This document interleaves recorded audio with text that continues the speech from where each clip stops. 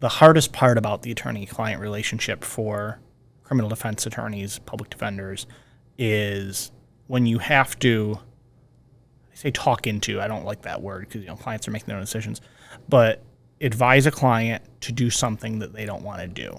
And usually that's going to mean taking a plea. Going to jail. That's the big one. Taking a plea that has an outcome you don't love. Or even taking a plea that the outcome's okay, but the client's like, I'm 100% not guilty, and you want me to plead to this violation of the law. I got some good advice when I first started from my supervisor at the time, Jamal Johnson. He's now the head of the homicide unit for the Legal Aid Society. He's a very skilled trial attorney, one of the best I've ever seen. And I guess just to back up, I'm someone that, I want to try cases. I try more cases on average than most attorneys, but I haven't done a lot. I've done maybe 7, 8 trials, so we're talking like one a year, and I've represented thousands of clients. So most cases do not go to trial. Most cases either get dismissed or you take a plea. So despite the fact that we all know that, 50% chance this case ends in a dismissal, 49% chance that it ends in a plea, maybe 1% chance that it ends in a trial. What Jamal told me is start out every case talking to your client about trial. And from the get-go, you're convincing your client that you're willing to try the case. You're willing to do the work to go to trial. You're talking about defenses from the very beginning. Then, when you get far enough into the case that you have to have the conversation being, we can't win this trial. If we go to trial, you're going to lose and you're going to get a bad result.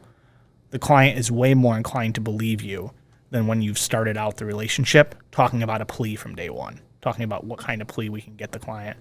And you want to be realistic. If you know up front that this is a bad case, they probably can't go to trial, you should be sharing that. You shouldn't be withholding that from the client. But when you're talking from the context and with sort of the view of trial in mind from the very beginning, I think that really goes a very far way in the client believing that you're someone that's willing to work for them, fight for them, and do whatever it takes. So you're kind of like reversing the way that you're thinking about the case, but you're presenting it to your client in reverse, because that's how they're probably thinking, because they also don't know the inner workings of how a case starts to end. Yeah. They're thinking, you're not going to go to trial for me? What? They think it's supposed to go to trial. Right. And the biggest rap that sort of bad opinion people have of public defenders is that, you're just a plea machine. You're here to get me to take a plea, and if I want to go to trial, I should go hire some trial attorney. And I don't want them to think that, because one of the worst case scenarios is, we have a case, I'm telling you, don't go to trial. Say the offer's 2 years. If we go to trial, you're going to get 5. I tell you, I don't think I can win this. You get mad, you fire me, and hire some private attorney that's happy to do a trial because you'll give them $20,000 for it, and you're not going to get a better result. You're just going to pay $20,000 for that conviction. And then they go to trial and win. It happens. No, and I don't mean that as it's a fine line, and I'm talking about that in regard. We can't speak in absolutes. Mm-hmm. There are cases. If you got an HD video of a murder, okay, you can speak in absolutes. But a lot of the times, we're talking in these potential outcomes, and it's like, where do you? And this is a great thing to talk to your students about or your other colleagues. I think is you have to give solid legal advice about offers. Mm-hmm. But you're also not the person who serves the time.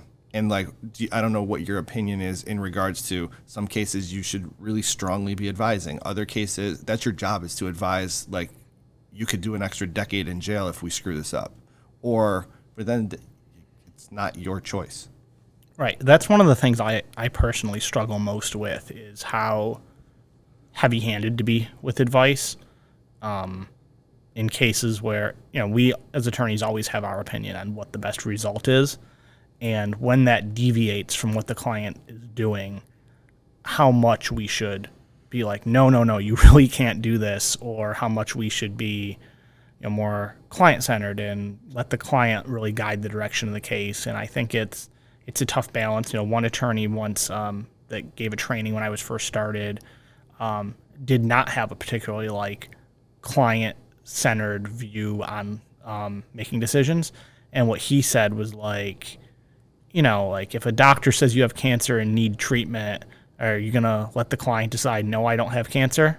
And that was his view. He was like, we're the experts. We should make the decisions. And if the client doesn't agree with you, you should push the client to agree with you. And that's one extreme. Yeah. And I'm not going to say that's right, but I get what he's saying. On the other hand, there's some that I don't think are forceful enough. And they're like, well, the client wants to go to trial, so we're going to go to trial. And that's the client's decision. And yeah, it is. But you have like an ethical obligation to really make sure the client knows the ramifications of the decision. The ones I struggle most with is, you know, a lot of clients want they want percentages, they want numbers. If I go to trial, what's the percentage chance I win? I don't know. Like, what's your jury look like? What judge do we get? What evidence can I keep out? And it's what witness doesn't show up. Right, exactly. And it's probably somewhere close to 50% because it's always a dice roll, but I really don't know. There are individuals that call, even in the private section, when people call, they want absolutes. And they're like, can you guarantee that I won't go to jail? Or can you guarantee that this is going to happen? And Bob always tells them. I tell them, if you find a lawyer who will guarantee you an outcome, you should fire them immediately. They're a horrible lawyer and they're not doing their job. Yeah, I would agree with that.